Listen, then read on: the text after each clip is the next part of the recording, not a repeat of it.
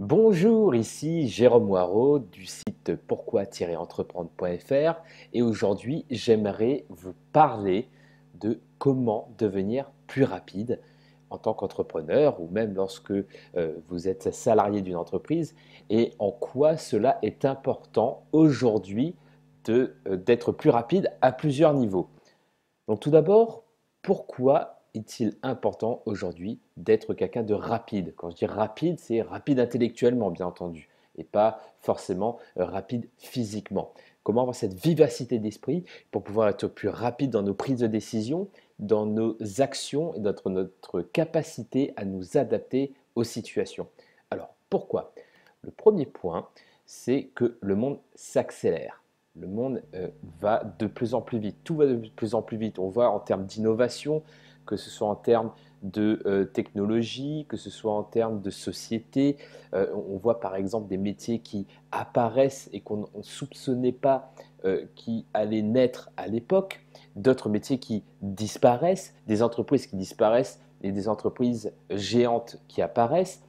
Donc tout va très vite, le monde bouge, il faut savoir aller aussi vite que lui si vous ne voulez pas être dépassé. Et d'autant plus si vous êtes entrepreneur. Si vous avez une entreprise et que vous ne voulez pas qu'elle soit obsolète, quel que soit votre domaine d'activité, il va être important pour vous de pouvoir aller aussi vite que la musique. Alors, donc l'entrepreneur doit accélérer et à plusieurs niveaux, comme je vous le disais. Donc au niveau de ses prises de décision. Si vous restez dans la décision, vous n'allez pas pouvoir avancer, vous allez être bloqué. Alors que le monde va continuer d'avancer, vous ferez du surplace. Donc finalement, vous allez reculer comparé au monde qui avance. D'où l'importance de pouvoir prendre des décisions rapidement, ce qui vous permet d'avancer. Mais une fois que vous avez pris la décision, bien entendu, l'important est aussi d'implémenter l'action.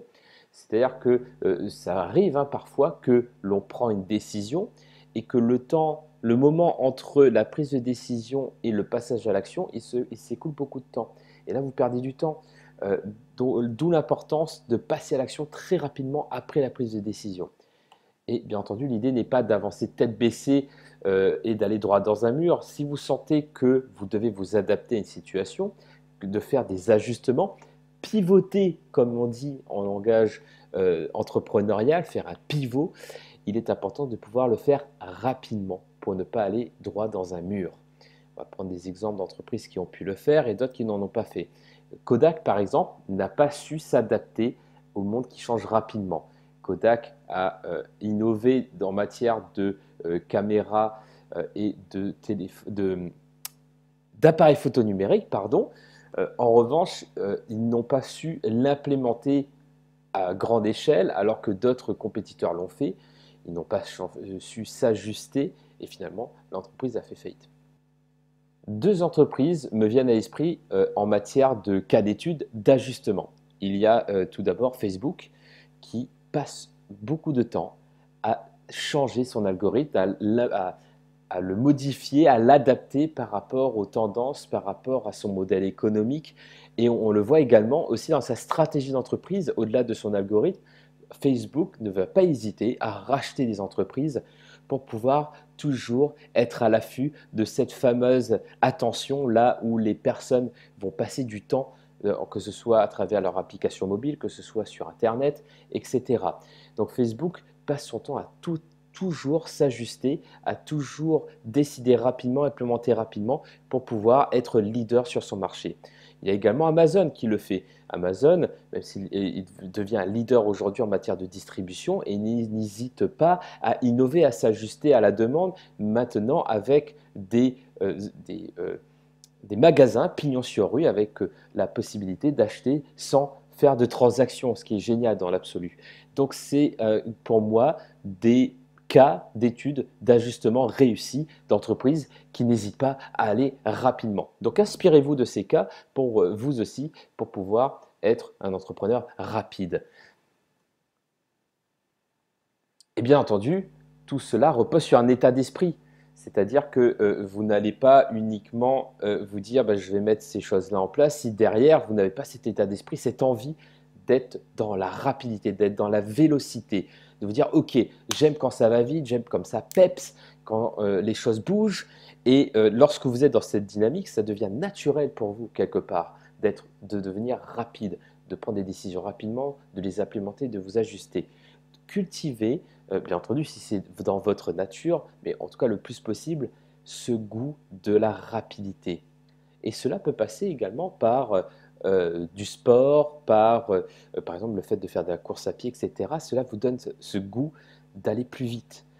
C'est un état d'esprit se travaille, se cultive. N'hésitez surtout pas à le cultiver. Maintenant, comment le faire justement? Comment cultiver cet état d'esprit? Comment adopter les bonnes pratiques pour être un entrepreneur plus rapide? J'avais fait un atelier en ligne justement sur cette thématique, sur comment cultiver l'énergie entrepreneuriale, avoir plus de motivation, plus d'efficacité dans ses actions. Et l'un des piliers dans lequel je parle dans cet atelier, c'est cultiver l'énergie cinétique.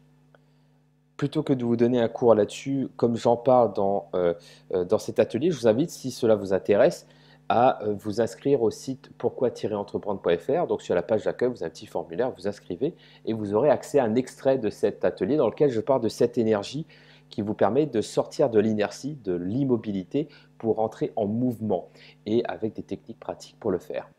Et justement, cette énergie cinétique repose sur cette capacité à faire les petites actions, les petites tâches qui vous permettent de vous mettre en mouvement. C'est plus facile de faire une petite tâche simple, comme par exemple répondre à un court email pour vous mettre en situation d'action, que de vous dire je vais construire mon site internet tout de suite, où c'est un énorme projet, vous ne savez pas par quoi commencer et vous n'avez pas cet élan que vous donne l'énergie cinétique pour y arriver. D'où l'importance de faire ces petites actions en matière d'énergie cinétique.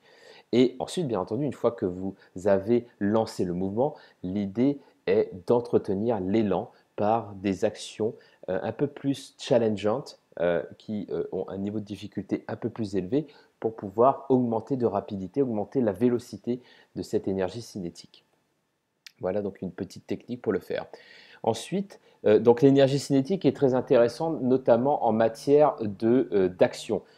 En ce qui concerne la vitesse de décision, ça va être important pour vous de vous dire j'hésite moins longtemps. C'est comme un défi pour vous quelque part, de vous dire je prends une décision rapidement. Et dans le prochain point, je vais vous donner une technique, une astuce très précise pour augmenter cette vitesse de décision par la contrainte. Parce que la clé, comme le dit notamment Napoleon Hill, c'est d'éviter l'indécision. L'indécision vous met dans une situation d'immobilité et de culpabilité souvent.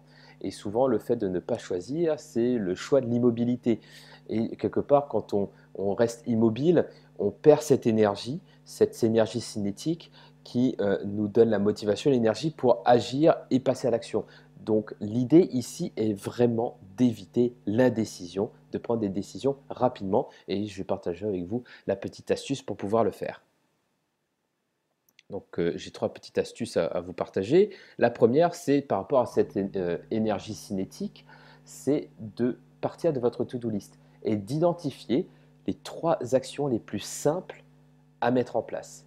Et vous commencez par elle. Ça peut paraître contre-intuitif parce que souvent on dit de commencer de sa journée par la tâche la plus importante, mais souvent cette tâche importante peut être bloquante.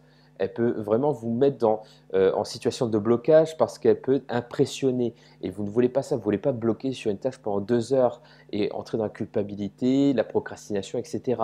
Donc le plus simple, selon moi, c'est d'identifier les 3 tâches les plus simples, de commencer par elles, de vous mettre dans cette dynamique d'action, d'enclencher l'énergie cinétique pour pouvoir passer à l'action plus facilement. Donc ça, c'est pour la partie comment gagner en rapidité en matière d'action. Ensuite, en matière de décision, l'une des techniques que j'utilise pour ma part, c'est des délais. Je m'impose des délais pour prendre des décisions. Comme je m'impose des délais pour des actions. C'est-à-dire que je me fixe une deadline. Je dis OK, pour cette décision-là, je n'ai pas envie ou je n'ai pas les informations pour pouvoir trancher maintenant, dans ce cas-là, je m'impose, par exemple, dans une semaine, je prendrai une décision. Ou dans 2 jours, je prends la décision pour cette situation de blocage. Et vous faites en sorte d'avoir les informations pour pouvoir trancher.